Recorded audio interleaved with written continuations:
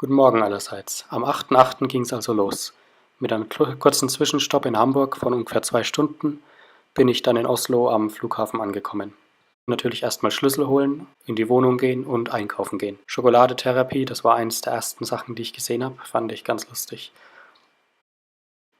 Am Abend bin ich dann noch zu Sognsvann gegangen, das ist ein See direkt hier neben meiner Wohnung, ungefähr 5 Minuten weg. Hab gleich einen ziemlich guten Abend erwischt mit einem schönen Sonnenuntergang. Wenn man um den See einmal rumläuft, sind es ungefähr 40 Minuten. Und es ist eine ziemlich schöne Landschaft und in dem See kann man schwimmen, baden, Kanu fahren, Kajak fahren, was man eben in einem See so macht. Auch grillen kann man überall. Am zweiten Tag hat es eigentlich den ganzen Tag geschüttet und die Auswirkungen, die es zum Beispiel auf einige der Wege hier hatte, sieht man in diesem Video. Ich rede übrigens jetzt nur ein bisschen, ohne dass man mich sieht, weil ich ein bisschen krank war und bin. Und genau.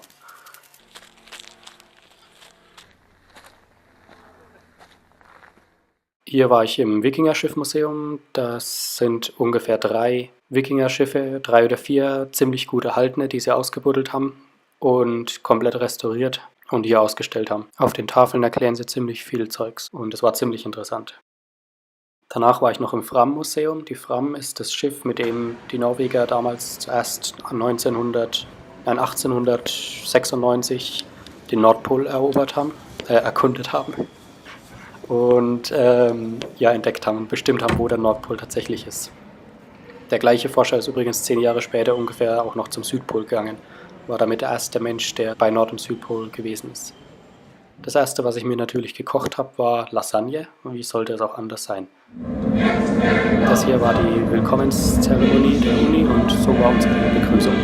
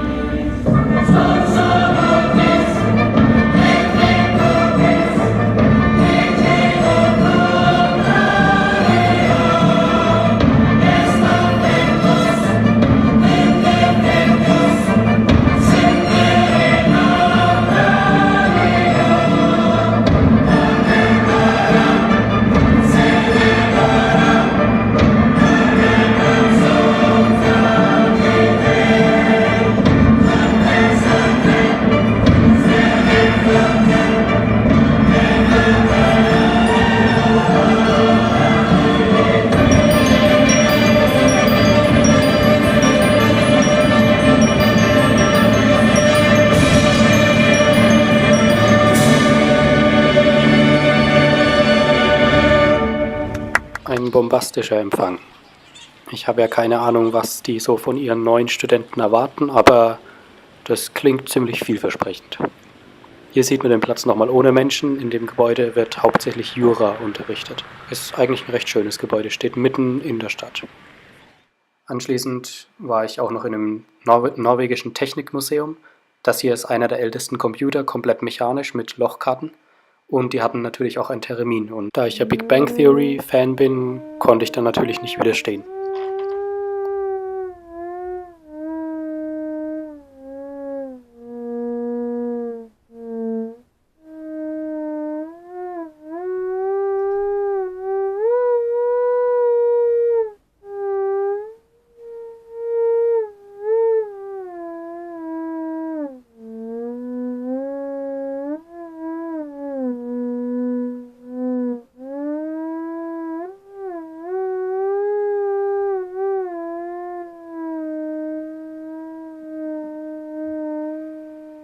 An dem Samstag, bevor die Vorlesungen begonnen haben, ist traditionsmäßig immer das sogenannte Studentslippet.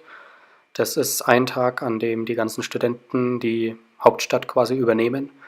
Und das heißt, da sind in der ganzen Stadt in Oslo verteilt überall Attraktionen, Events, Aktionen mit Museum, kostenlos Essen, Karaoke singen, Kino, irgendwelche Touren, Kajak fahren, Bouldern und so weiter. Ist ziemlich lustig. Und hier sieht man gerade, wie ich das Opernhaus hochlaufe. Man kann komplett aufs Dach der Oper laufen und die Oper ist so ein eher modernes Gebäude, architektonisch ziemlich genial, leicht kubistisch angehaucht, Man sieht's einigermaßen und ist natürlich ein guter Aussichtspunkt im Bereich des Oslo-Hafens. Außenrum sind ein Haufen Baustellen, aber das stört eigentlich nicht wirklich. Man hat auf jeden Fall einen wunderschönen Ausblick, wenn das Wetter gut ist. Und ja, ein Selfie darf natürlich nicht fehlen. Das muss ich auch noch ein bisschen üben mit der Kamera, wie das so geht, weil das schaut, naja, sagen wir, gewöhnungsbedürftig aus. Ich finde es auch immer ziemlich spannend, Leute von oben zu sehen, wie sie laufen. Und ja, jeder hat einen eigenen Gangstil und das schaut von oben oft ganz lustig aus.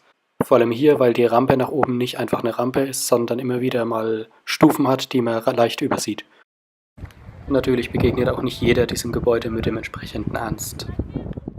Das hier ist mein Campus, ein Teil dessen zumindest, der sogenannte Studiendschungel. Zumindest verliert man hier ziemlich leicht den Überblick.